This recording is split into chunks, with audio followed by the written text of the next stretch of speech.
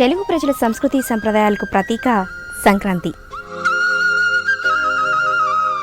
సంక్రాంతికి ప్రతి ఇల్లు ధాన్యపు రాసులతో కళకళలాడుతూ ఉంటాయి. ఉషోదయాన్నే హరిదాసుల కీర్తనలు,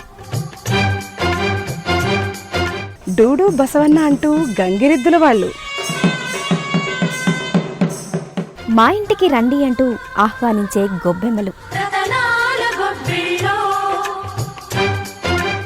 ముంగిట్లో ఇంద్రధనస్సులను తలపించే రంగవల్లులు, భోగిమంటలు, బొమ్మల కొలువులు, చిరునవ్వులు చిందిస్తూ భోగిపళ్ళు పోసుకునే చిన్నారులు, వ్రతాలు, నోములు, ఆటపాటలు, కోలాటాలు, కోడిపందాలు,